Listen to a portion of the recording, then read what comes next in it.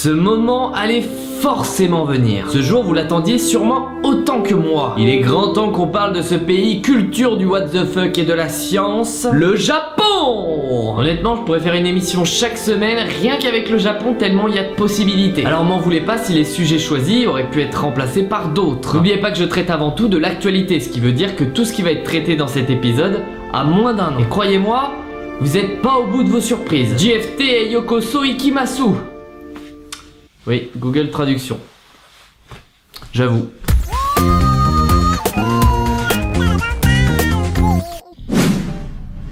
Au Japon, il y a deux choses très importantes que sont l'amour et les enfants. Les câlins, c'est très japonais et même au téléphone, ça doit rester de l'amour. Une société a créé un coussin en forme de silhouette pour rendre vos conversations plus sensuelles. Allô ? Oui, monsieur Durand, il va bien falloir les payer à un moment donné ces factures. Hein. Vous mettez votre téléphone dans une petite pochette au niveau de la tête de l'oreiller et vous pouvez l'étreindre tout en continuant de téléphoner. Oui, patron. Oui, à demain, patron. Hein. Hugues vit ce coussin créé sur les dimensions d'un bébé de 1 an, et retenez bien ça pour la suite, ça va être très important, a été créé à l'ATR, l'Institut de recherche des télécommunications avancées. Et voilà où passe votre forfait, les gars. Et selon une étude, faire un câlin pendant que vous téléphonez vous apaisera et vous détendra. Tu me quittes ? D'accord. Tu penseras à fermer la porte en sortant. Commercialisé en septembre pour 75 € à ce prix-là, je vais rester irritable. Hein. Qu'est-ce que vous pourriez acheter avec 4000 €? Un nouveau PC, une console de jeu, une caméra, le permis. Vous avez juste oublié une chose.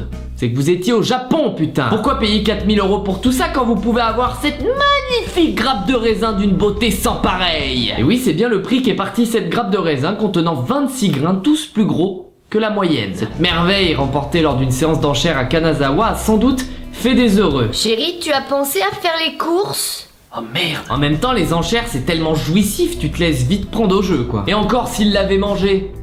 Mais non. On apprend dans l'article que c'est bel et bien une spécialité japonaise d'acheter des fruits parfaits pour les conserver tels quels. Bienvenue à Sembiklia où vous pouvez acheter un melon parfait pour 160 $, des fraises parfaites pour 68 $, mais aussi la boîte de 4 cerises parfaites pour 159 $ et la pomme parfaite à 21 $ l'unité. Et l'affaire a si bien marché que 10 autres boutiques ont ouvert partout au Japon. Qui vous a dit de faire des études à un moment donné, putain? Et si l'argent fait pas le bonheur, les euros font des heureux.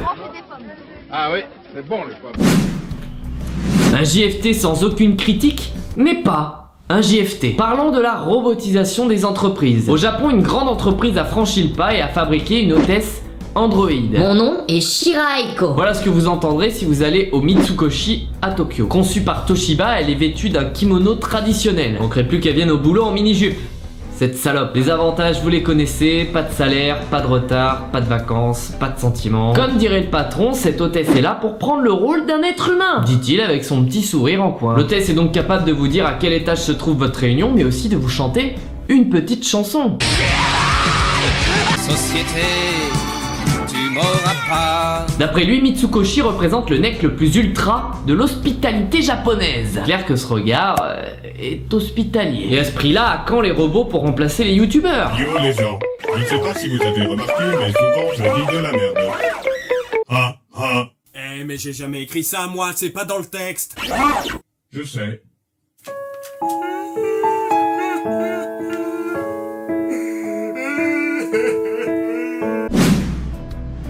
Au Japon, on a quand même les plus grosses entreprises du monde, et notamment dans le jeu vidéo. Capcom, Bandai, Konami, Namco, Nintendo. Et la plupart du temps, on oublie qu'il faut des études pour gérer tout ça, hein. On ne fait pas des jeux vidéo comme on fait des vidéos sur YouTube. Et ici, nous allons parler des études de médecine. Une nouvelle épreuve finale a été conçue spécialement afin de tester la dextérité et la patience des futurs chirurgiens. Et si vous trouvez les origamis compliqués, vous allez vous dire qu'on n'est pas si mal en France, hein. En effet, les étudiants sont maintenant soumis à un concours chronométré de micro-origami et de micro-sushi. Et pendant leur épreuve, ils sont surveillés par des futurs recruteurs. Niveau de pression. Et pendant ce temps-là, en France, on répond à des putains de QCM.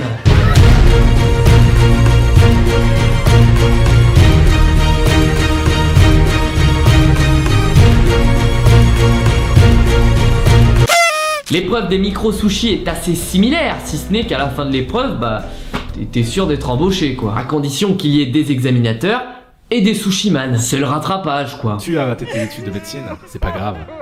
Je vais faire de toi le plus grand sushiman de tous les temps.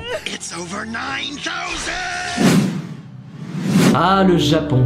Pays de liberté avec ses 337 000 km², avec ses 127 millions d'habitants, avec son taux de natalité extrêmement bas, avec sa monarchie constitutionnelle et avec Shigeru Miyamoto. C'est la ligue Pokémon, quoi. Malheureusement, parfois la liberté franchit des limites qui provoquent des débats. Débats que nous allons nous empresser de parlementer. Des poupées sexuelles gonflables ont été mises en vente au Japon. Jusqu'à là, rien d'illégal, d'autant plus que le Japon est assez cool sur le propos. Le problème, c'est que la poupée représente une petite fille d'à peine 10 ans. Et la pédophilie, c'est mal, si vous n'étiez pas au courant. Vous cherchez le cadeau idéal pour votre petite fille, vous tombez sur cette petite poupée que vous achetez illico et le soir de Noël, bah c'est papa qui récupère la poupée. Et je cautionne pas du tout cette blague. Après, on crée bien un coussin de la dimension d'un enfant de 1 an pour lui faire des gros câlins.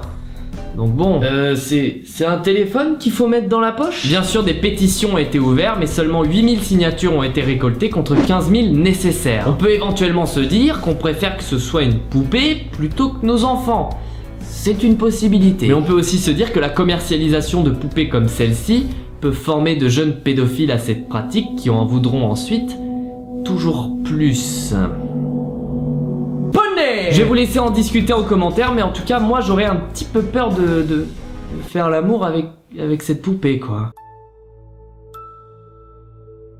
J'espère que cet épisode vous a plu. Vous pouvez me suivre sur les réseaux sociaux si vous souhaitez être tenu au courant des prochaines vidéos. Et surtout, le plus important, si vous voulez me soutenir et soutenir l'émission, c'est de partager cette vidéo sur vos réseaux sociaux. J'en fais trop pour aujourd'hui. Et maintenant, c'est à vous d'en faire trop. Je vous avais posé la question de savoir quel était votre pays favori. Et à une très grande majorité, à ma grande surprise, c'est l'Italie qui l'emporte avec 60% des voix. On ne parlera pas de la 9e place de la Corée du Nord. C'est un scandale. On notera uniquement la 4e place de la France. Pour une fois, j'ai répondu à ce sondage et j'ai répondu la France. C'est le pays dans lequel je suis né et je trouve que la France possède absolument tout en termes de climat et de paysage.